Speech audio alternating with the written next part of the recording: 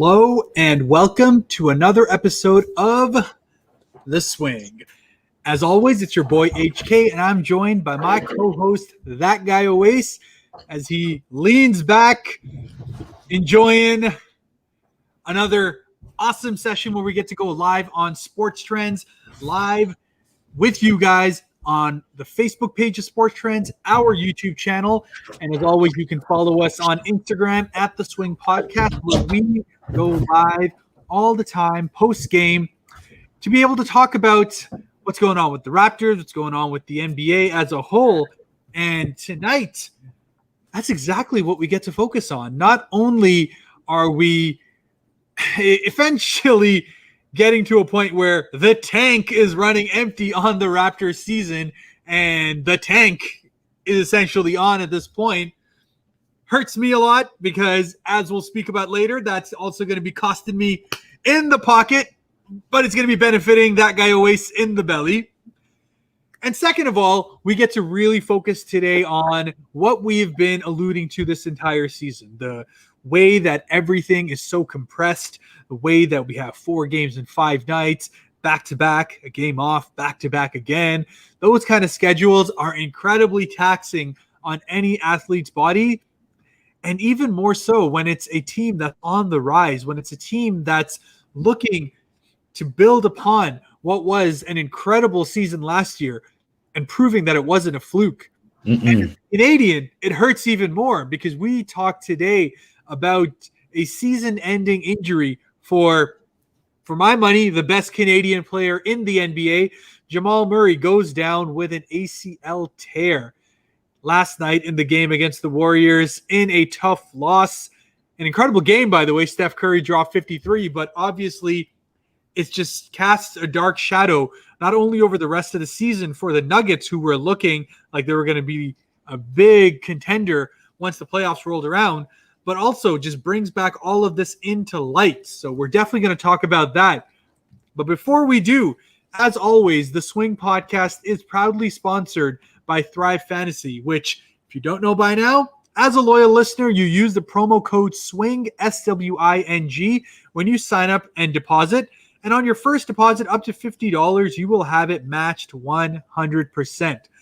And how do you make money, you say? Very simple. It's contests that run every single night in daily fantasy where you are just picking props over and under on different statistical categories for different players on that given night. And if you happen to be one of the top lineups at the end of the night, there are big cash prizes to win. So Thrive Fantasy, sponsor of The Swing, sign up and prop up today. So that guy Owais, let's start with the Raptors, man. Let's start. You're gonna start with the Raptors. What's been going down? We just had a tough loss against the New York Knicks with probably the biggest Shaqtin a fool moment for the Toronto Raptors. We're going to spend a little bit of time talking about that, but talk to me about what's going on with the Raptors. What's going on with that loss against the New York Knicks? And does it officially mean that this season is now heading towards Tanksville? Exit? Did you say Exitville? Is that what I heard? Tanksville is what we're going to Tanksville. Okay. Interesting. I mean, it kind of seems like it. I had a feeling a lot earlier than maybe some of our other co-hosts had, which kind of ended up making me have Baba's Bites Tiffin for the week. So thank you for taking on that bet where I was almost 99% sure I was going to win. But apart from that, I mean, the Toronto Raptors, a season has been plagued with a bunch of adversity. And, you talk about, first of all, how we started the season really rough, trying to figure out everybody's roles and, the rotations. Then, injuries happened, missing game winners, bench not showing up, starters not showing up, horrible front court in terms of rebounding, and the list continues. So, we were facing the New York Knicks the other day in a game where, it seemed like it really seemed like this would be one of those games that we could take because, both teams were kind of looking to make that push. Knicks already in a playoff spot right now. I think they're in the eighth seed right now, and want to continue that sort of momentum, especially against a very difficult schedule in the latter half of the season. And the Toronto Raptors are looking to make that push. And what I saw in that game was a little back and forth. It's pretty much a repetition. Like it's a repetition. It's a program we see over and over again, where the Raptors absolutely blow the game early, or maybe in the middle quarters, in the end quarters, and then just make a surge comeback. And unfortunately for this comeback, it was at the hands of someone who is probably the most criticized in the Toronto Raptors uniform, which is Pascal Siakam. He had the game on the line in his hands, and he double dribbled, and it's a Shaqtin a full moment, which we'll get to eventually. But today, another performance where a team gets ahead pretty quickly, and we're just trying to play catch up all the way till the end. And today, Pascal played fantastic. And I don't want to get into the nitty gritty details right away, but I want to focus on the positives today. As much as I want to talk, you can maybe talk about the negatives, because I've done that quite enough over the last little bit, and I don't want to get into it. But the positives that I see, we have right now 5 players I can say are, staples to any team that can do really, really well. Despite Pascal having his own struggles here and there and the inconsistencies, he absolutely can dominate. And we saw that today against Atlanta. But unfortunately, we didn't have the rest of our team come through up until the end.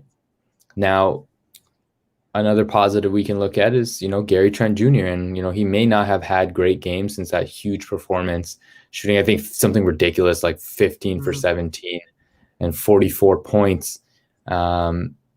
He is going to be that scorer. If you're thinking about a guy who's going to take those shots, those critical shots, you best believe that, you can see him taking a lot of those, right?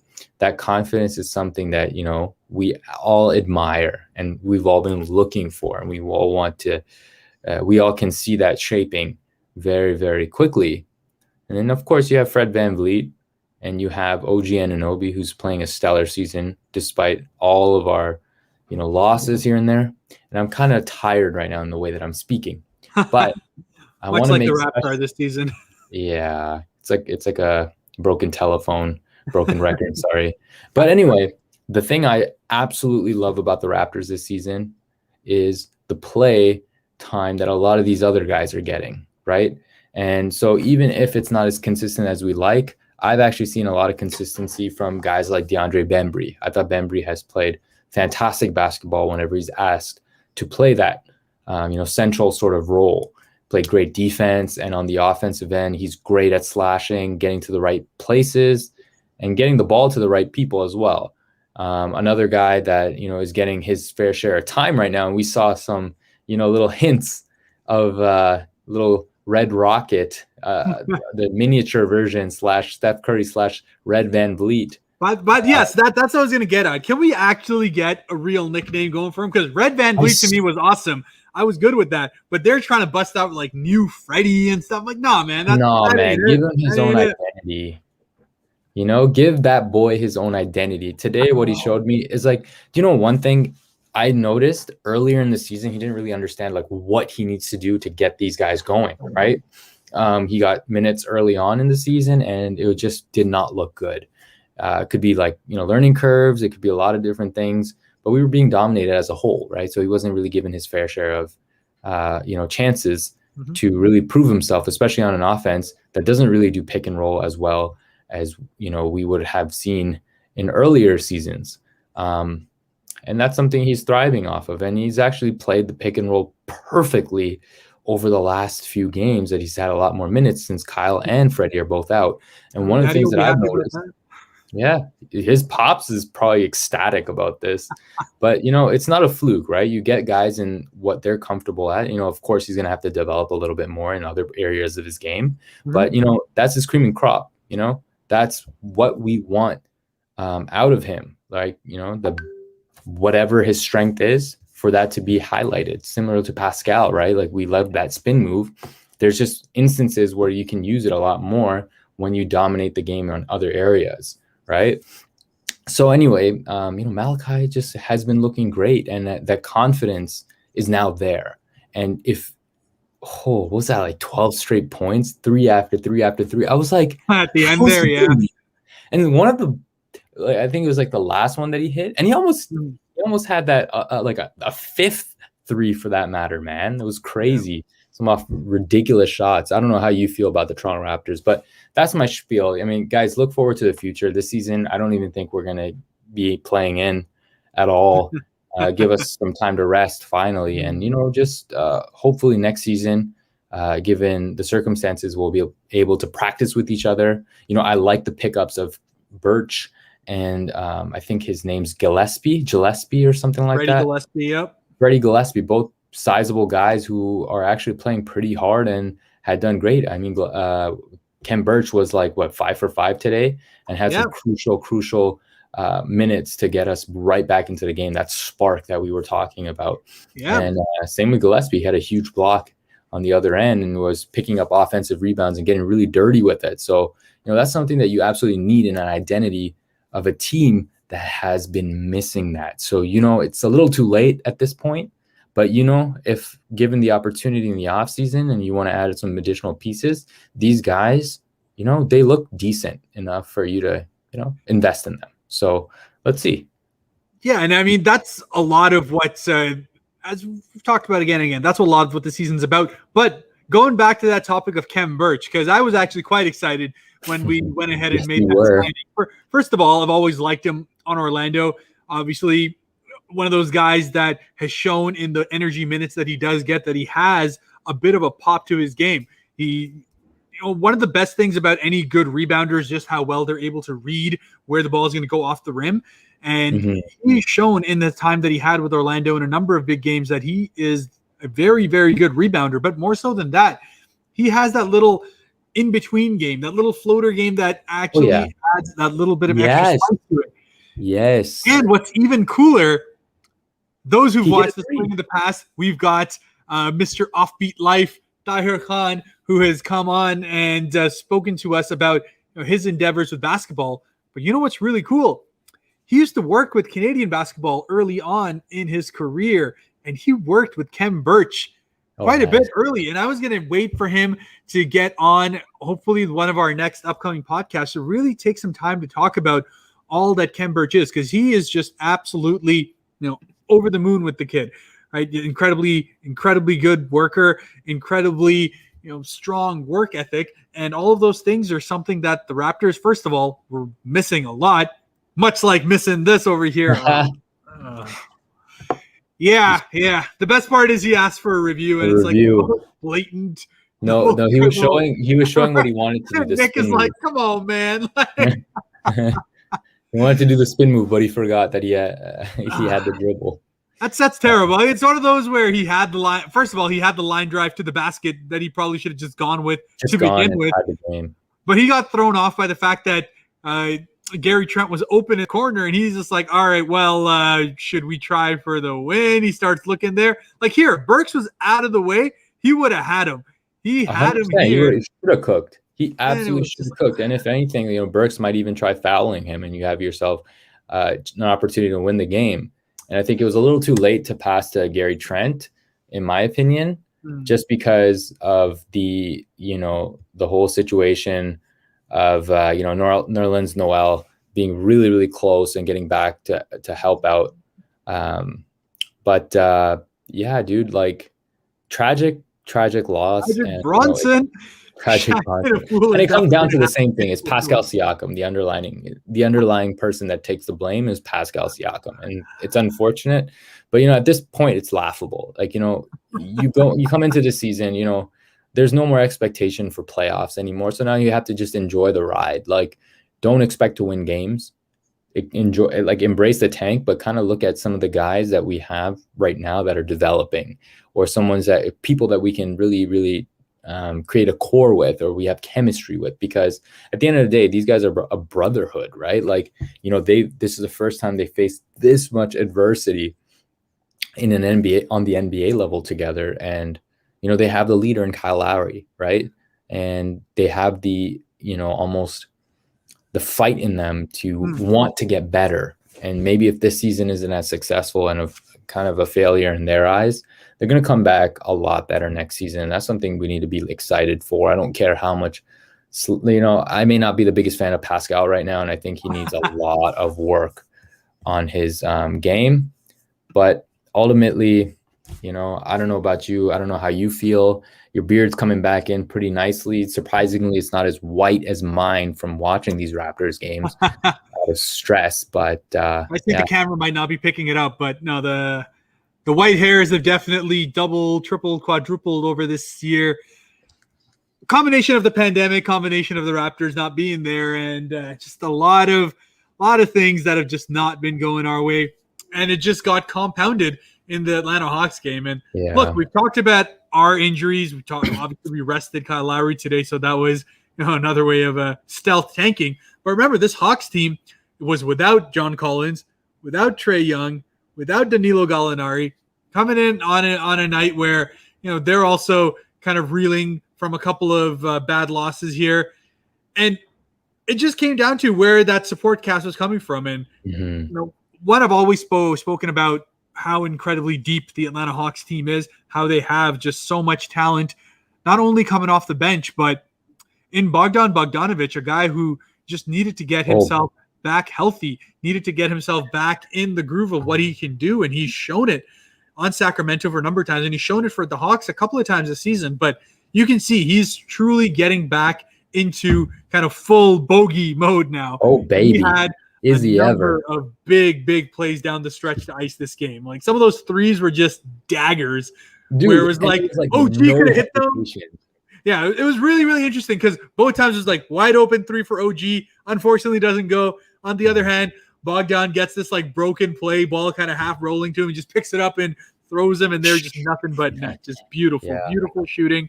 And it's just, it just characterizes how it's been this entire season. Pascal absolutely played well today, but then didn't get that help. Kem Birch did good things off the bench, but it just wasn't enough firepower to be able to deal with what the rest of the Hawks were given today. Yeah, man. And I agree with you. Like, I think the bench really, or at least the supporting cast really let us down today. And I'm not going to say they let us down on the offense, sorry, not the offense, the defensive end, because I still felt like we played a lot better defensively. We did get our rebounds. We really fought for them, and I appreciate that about us. But it's just unfortunate. Like, the three ball has always been one of those situations where it's going to cost us in both ends of the court, whether we're defending them or we're trying to score them. So Atlanta shot lights out from the 3-point line. Bogdanovic being one of those guys. Lou Will had an incredible game facilitating. I kind of feel bad for the guy, just how the Clippers did him. But look, he's accepted his role, and he had actually a fantastic game. And you think of Lou Will being someone who comes off the bench and just goes score, which he can do. But today he was facilitating like he was the point guard himself, right? And that's something you can really appreciate about a team like Atlanta. And we had high hopes for Atlanta coming into the season, right? Given the great pieces that they had with Gallinari, Rondo, and Bogdanovic.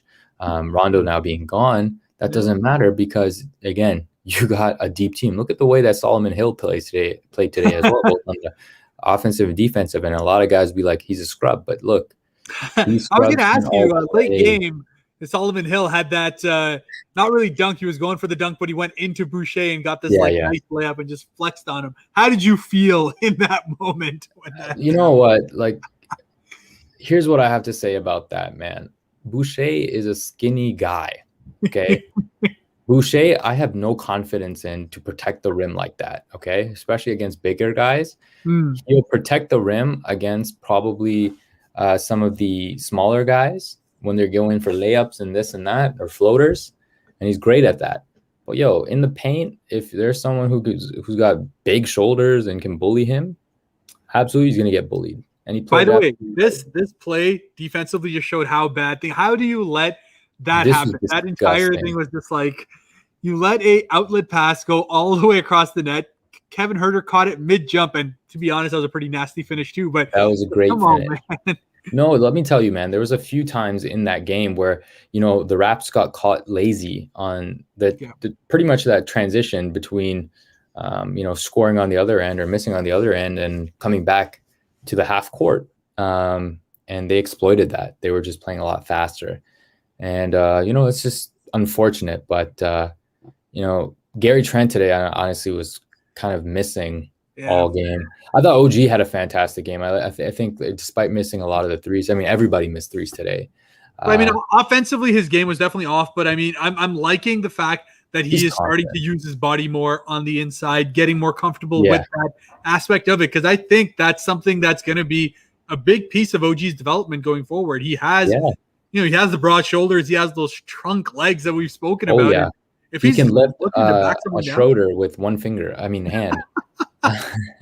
Bicep curl the boy. But you're right. And what a finish by Pascal there. But with OG, one of the things that I noticed, if we can really work on that pick and roll with like guys like Bert or like Pascal, even Pascal had a few. This particular alley-oop was exactly what I was going to talk about. Mm-hmm. That back cut and Malachi just noticing an opportunity for an alley-oop. OG has been so great at back cuts over the years. And if, Freddie, unfortunately, I feel like he just over dribbles this season. And it's just because of maybe trauma of how many losses and he wants to kind of take everything in his own hands. But when the ball is moving, the Raptors play fantastic basketball. But the ball has to move for these guys, right? And Malachi being able to find that back cut and just deliver that perfect pass had me hype. And I was like, that's what I need to see from both of these guys, right? Look at this. This is a tough finish by Kim Birch, man. I like it. By the way, I want to toss a nickname out there that I think will be nice because he's already showing he's got the ability to do different things. I'm going to call him the Chemist. Khemist. I like it. What's he cooking up today? I got you. Look at this. This pick and roll situation. There you go. They can have that because Ibaka had that. It was cash all season last year. But if you can get that happening with multiple players, you're golden. But yeah, this one hurt. This little roll. Roll by Brandon Goodwin, yeah. But anyway, home rims. Yeah. The effort tonight was on and off. Or even if it was on, again, you can't be shooting 20% from the 3-point line if that's all you do.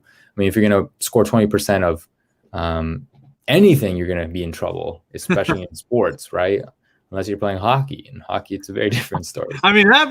Yeah. But man, it's just tough to see. But I was still very happy with today's game. I could be a lot angrier, but today, because of the positives that you saw from some of the guys today, you're excited to see what else you can do. And honestly, even if they lose all the games going in the future, into the next season, I am extremely excited to see what these guys do, and that's what we're gonna have to talk about for the rest of the season. Yeah. And once this ad finishes, I want you guys to witness what we witnessed today. I think we need to get back that Red Rocket, Matt Bonner nickname. Geez. But yeah, this is really, at this point, I pretty much had said, that lead is too sizable for the Raptors to kind of come back and take over, but they can make it close. And Pascal started getting pretty aggressive, which I appreciated because, at this point, there's not really anyone who can defend him apart from Capella, and Capella is hit and miss with his paint protection, right? And then what the hell was Trae Young? I'm sorry. What the hell was that? It looked like a b-boy from the 80s, but yeah, I swear, for the culture apparently. And it's funny because Leo and Matt Devlin, or maybe it was Jack Armstrong, who were talking about it. It's what was he wearing there? Atlanta colors? Oh, no, wait a minute. That looks like McDonald's. And it's such a joke. It looked like Ronald McDonald, just less that good. Three, yeah, look at that three where he just pulled up from the left side. That was crazy. That's talent, man. That's talent. That is talent, and you got to have that feel for the game, and then those crucial 2 missed free throws, and I was kind of Could this be? I'm inhaling, exhaling, inhaling. Pascal gets the rebound. And this shot for me was like, okay, now that is a tough shot because you stopped. You know what I mean? You stopped. You had a little bit of a hesitation, and then you let it go. And that's from deep as well. And he still hit it. And I was like, what? But then, unfortunately, these were the dagger free throws. And then Pascal tried to do something. And this was a tough shot as well, and he almost made it. If he made that, I would have I don't care if, honestly, at this point, he made up for all the crap that we saw in the rest of the game.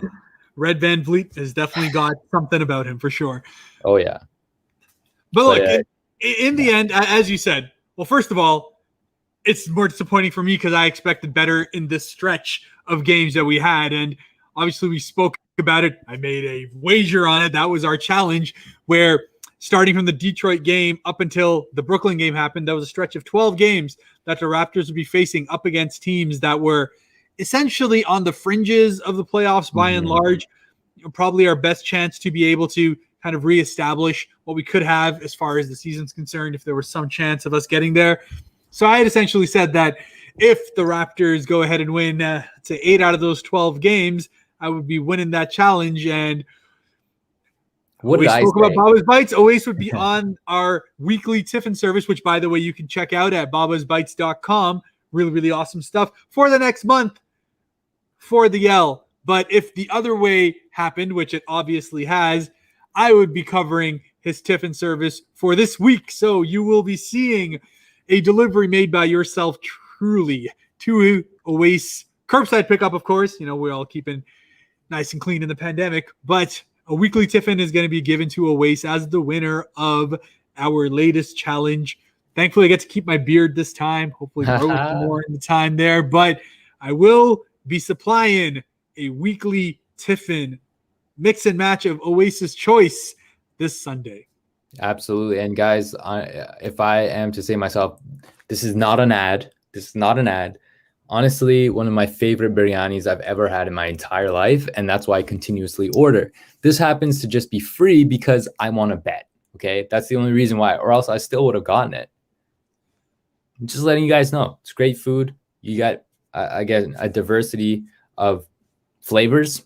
Check it out. Have yourself a meal plan for the week. That's what they call it Tiffin for. But anyway, now we're going to move on to a different topic. And this is more, actually, we just went from sad to kind of hopeful to really sad, right? And we're talking about injuries. We talked about how this season is going to be very, very heavy in terms of the physicality and the lack of rest. And we said earlier this year, before the season even started, this might end up being difficult for the players and injuries might happen. And then you have COVID on top of that. So lots and lots going on for these teams. And unfortunately, an episode we had last week talking about the Denver Nuggets and, how Aaron Gordon fits so well into him and how they have a chance to contend and compete for that championship this year. Something like this happens. Freak injury to Jamal Murray. Let's take a look, guys. He goes up for what seems to be a layup or a dunk, and he immediately grabs his left knee. And we found out today in the morning that it is a torn ACL, correct? Yeah, it's a torn left ACL, which puts him out for the season and obviously has a big impact on not only Jamal himself, who is definitely coming into a full groove now, getting ready for that playoff run, but for the Denver Nuggets as well. It's just such a sad injury for a guy who was one of the stars of the playoffs last year. Right there. I'm looking forward to it. Yeah. Awkward landing. Everything else it's terrible, man. It's one of those things where it's oftentimes the worst is when it's no contact, when it's just, your leg gives out as you're going. And, we're going to get the opportunity to hopefully see him back fully recovered. He's young enough. He's got the opportunity to be able to get there. Obviously, has so much pride in himself in his game that he just said no to the wheelchair. I'm going to walk out on my own energy no matter what. So I said, that's Jamal. And that's huge for just what the Denver Nuggets obviously need as far as his production is concerned, but also just as essentially the co-leader of that team. That really hurts a lot for what the Nuggets are looking to do. So, man, I mean, it takes so much out of the wind out of their sails. I've said it on the record. I had them making conference finals. I thought it was going to be quite the run for them, alongside the Utah Jazz, actually. But obviously that kind of goes by the wayside now. We'll have to see whether the rest of the depth of the Denver Nuggets in Facundo Campazzo, Monte Morris, these guys having to be kind of the point guard, of course, headed by who is still the leading MVP candidate in Nikola Jokic. So the Nuggets aren't totally out of it yet, but this is definitely making everything that much tougher for them. Yeah, I mean, it gives an opportunity for guys like Aaron Gordon to have a more of a bigger role, especially in the playoffs. And same with Michael Porter Jr. You're going to see him, be completely free to take some of those shots that maybe Jamal Murray would have been taking. Yeah. And honestly, he's for all those that, call him a diva and this and that, or maybe he's not getting the opportunity. He's a fantastic shooter. And if he gets into his spots and if he creates the way he can, dude, there's very few people that can guard, Michael Porter Jr. in this league, honestly. But yeah, tragedy. And this brings us to the topic. And I think this is something that's been very frustrating for me, is that we're seeing some of the worst injuries and at the quickest rates in the NBA. And whether it be from the grueling season or maybe the way that, trainers have forced these players to continuously work out through the season, the pace of play, the different types of skills and the moves, all contributing to a ridiculous amount of seasons. And, SportsTrends Canada themselves asking us, does the NBA season need to shorten itself? Are there too many injuries now? And to me, I don't know if it's more so about shortening the season, but if we need to add in rest days. I would like to see maybe 2 games a week.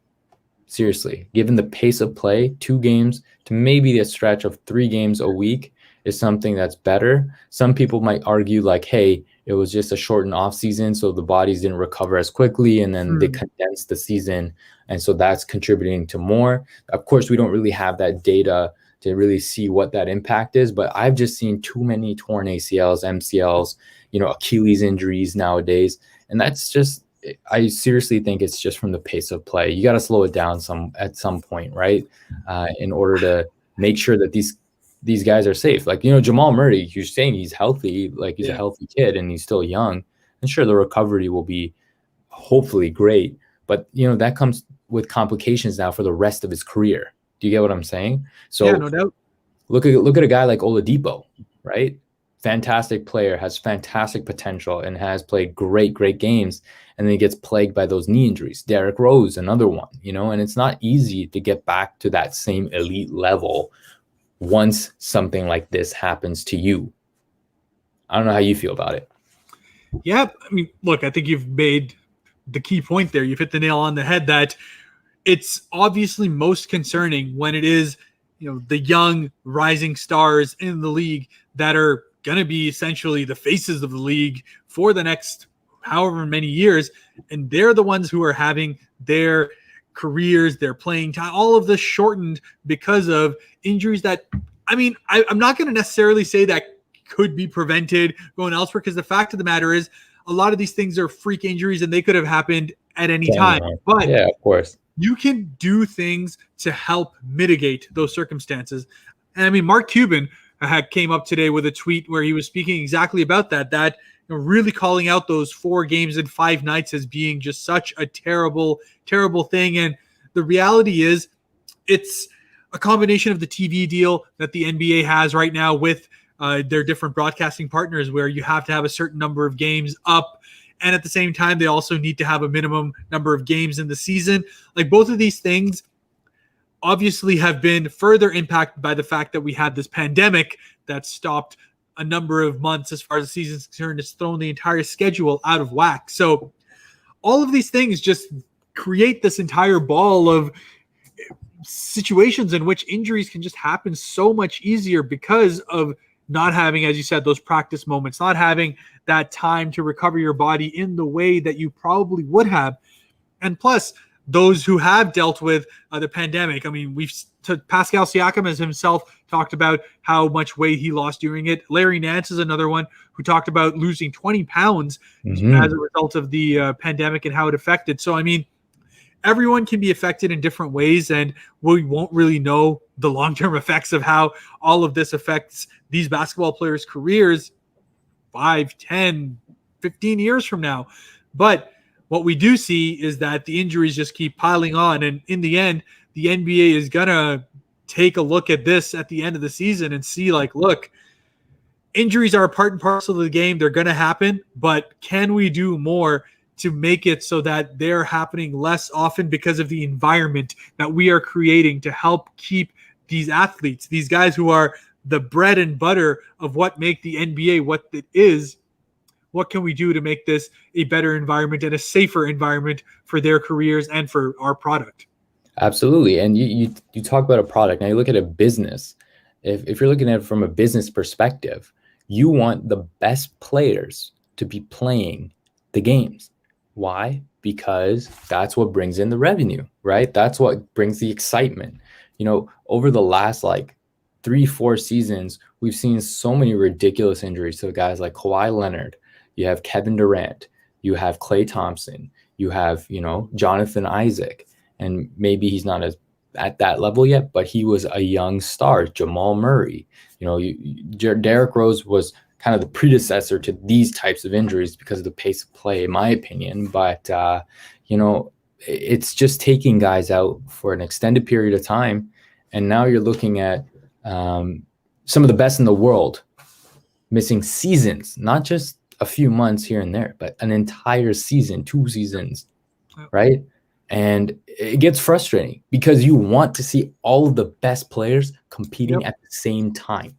And because of what's happening, unfortunately, it's cost us. Now, I don't get to see Klay Thompson in this situation. I feel like Klay was on the Golden State Warriors right now, they would be a lot higher of a seed than they are right now. And they would be playing ridiculous basketball, right? And Kevin Durant, I want to see, the Brooklyn Nets play with all 3 of those guys healthy, and see what that means in the greater scheme of basketball, because we're missing out a lot of that. And I mean, that Brooklyn thing is actually another interesting point to it, because does it in a way force you to keep consolidating your talent to such a level so that when these inevitable injuries happen because of the realities of the NBA rigors now, is that why we're seeing more and more of these super teams? The fact is that, hey, on paper, it looks like we have just this incredible lineup, but the fact is you're going to likely lose 1, if not 2 of those guys at some point in the season, and it could even potentially be for an extended period. So, legacies are being decided in ways because of the way these injuries go, and because of how the NBA, in my mind, is not doing enough to protect those players from a scheduling standpoint. The rest of it should happen as it is, but man, you shouldn't have to be playing hurt or playing on less rest because of the fact that a TV broadcasting deal needs your team to play 3 to 4 times 100%.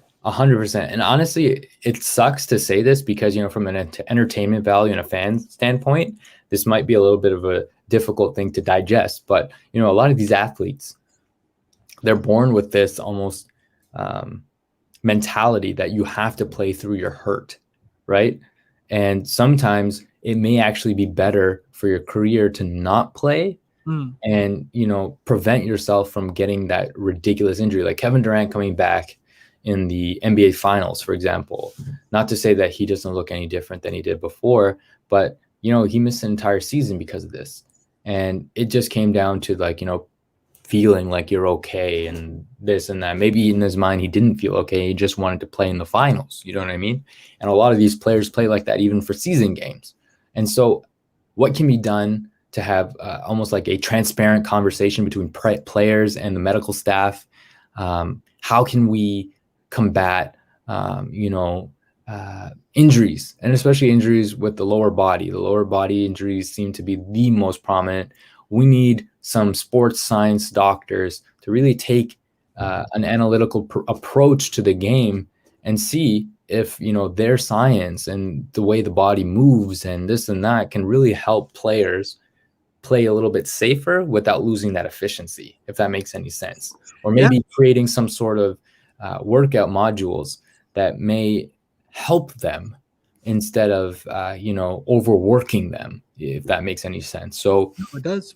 You got to understand, it's not just the players, it's not just the NBA and the deals and the amount of games, but it also comes down to how you play and how your body works. And that is where the doctors and the scientists and the, you know, physiotherapists and, you know, kinesiologists all come into play. It's very, very important. And that's a different aspect of the game that I don't think a lot of NBA fans or casual fans wouldn't understand. But, you know, who knows? Who knows what findings could come from, you know? Yeah, like you said, it's an incredibly deep topic. It's one of those where you just don't know what the right solution is because, look, in the end, the TV deal is the lifeblood of what makes the NBA what it is, right? So it's always going to be a push and pull as far as that side's concerned. And the reality is you have to deal with the reality of these injuries. And when it comes down to now the Denver Nuggets, they're likely not going to be able to make that same kind of push. I mean, anything can happen. Anything. You could have Bill Simmons' Ewing effect come through where a key guy goes out and all of a sudden the rest of the men just step up to such an extent that they make that run. And they obviously still have Nikola Jokic as the head of the table to go ahead and keep pushing that. So, you know, best of luck to them to hopefully come out of this as strong as they possibly can and still make a run of the level that they were hoping to. Yeah. But obviously the odds have been stacked against them. And the odds continue to be stacked against a number of these teams that are now going to be coming into the playoff scenario, coming into the next part of the NBA season. But as always, the Swing Podcast is here every Tuesday, every Friday. You know, if it's a Raptors game, we'll come on at 11. Otherwise, we'll try to come earlier. But from both Owais and myself, thank you, as always, for joining us, watching live. You can follow us at The Swing Podcast on Instagram, where we will always keep you up to date with the latest news as it happens. SportsTrends is where we have our show live. As always, thanks to them for providing us the platform to be able to do so. And we just love being able to interact with you on an ongoing basis. So until then, and until the next episode, this was The Swing Podcast, and we will see you on the next one. Peace. Lillard, long-range three. Let's go. Defended by Simmons.